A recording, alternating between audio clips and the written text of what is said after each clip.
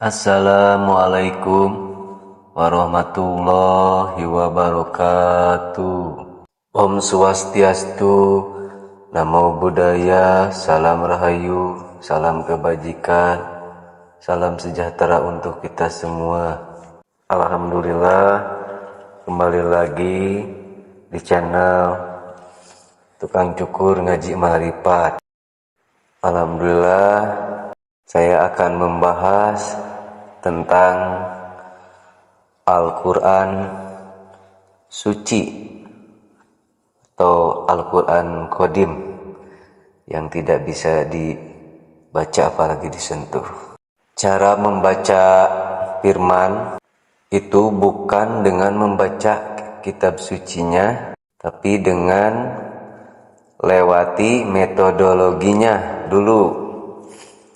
Seluruh Rasul yang diturunkan Tuhan selalu diawali dengan metodologi.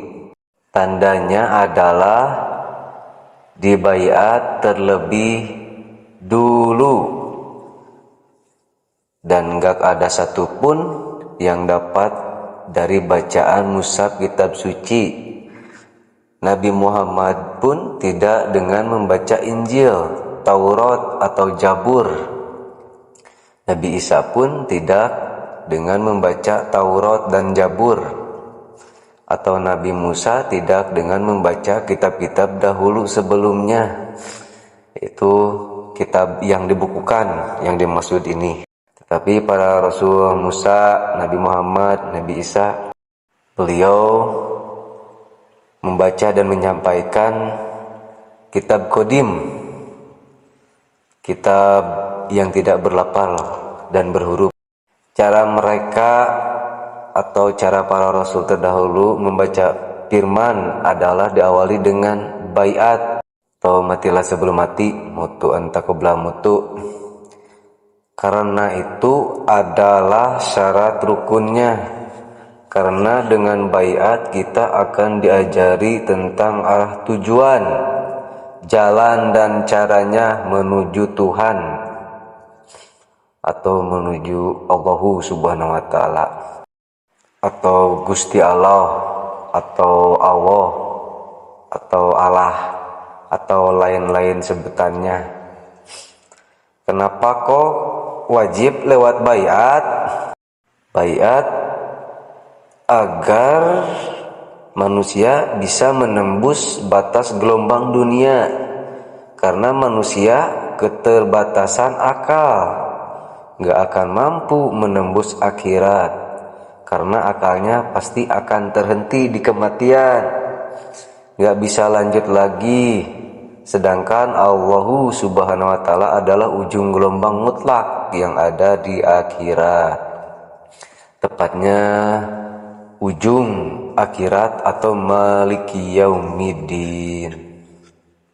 Sebagaimana di Al-Waqiah ayat 79 disampaikan bahwa manusia nggak mungkin bisa membaca Quran kecuali oleh ruh yang disucikan.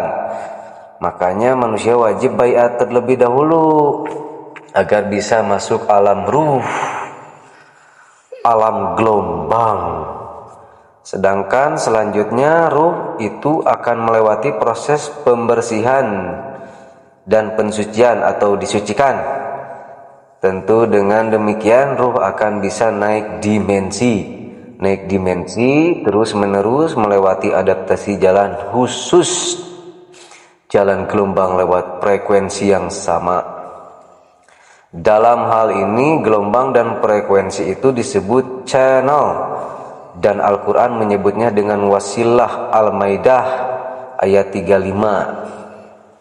Dalam proses pembersihan dan pensucian ruh ini sebenarnya manusia akan diperjalankan dengan kejadian ayat-ayat Qadim, dan seluruh proses itulah yang menjadi ayat-ayat bagi manusianya.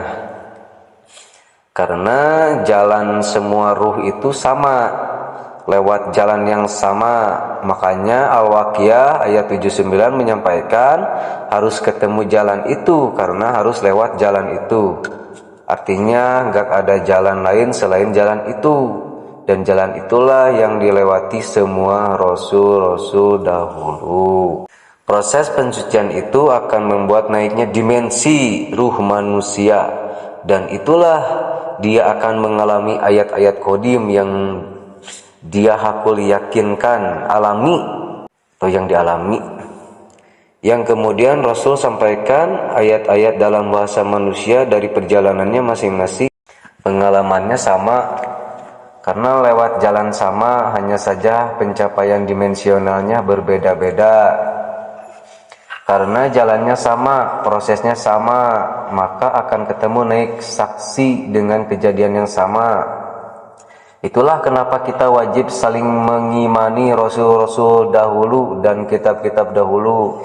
Hanya saja dibahasakan di zaman berbeda, sudut pandang berbeda, maka menjadi kitab tertulis dengan sudut pandang berbeda, padahal isinya sama. Jadi membaca firman itu bukan dengan membaca kitab suci mushafnya, melainkan dengan melewati metodologi yang sama, jalan yang sama, dan proses yang sama. Tentu akan ketemu kejadian yang sama, karena jalan semua ruh menuju maha ruh itu sama. Alhamdulillah, pembahasan kali ini saya rasa cukup sampai di sini dulu. Mohon maaf bila ada salah kata atau kekurangan kata, mohon dimaafkan yang sebesar-besarnya. Ini tentang praktek Thariqah Naqsabandiyah Holidiyah Nusantara.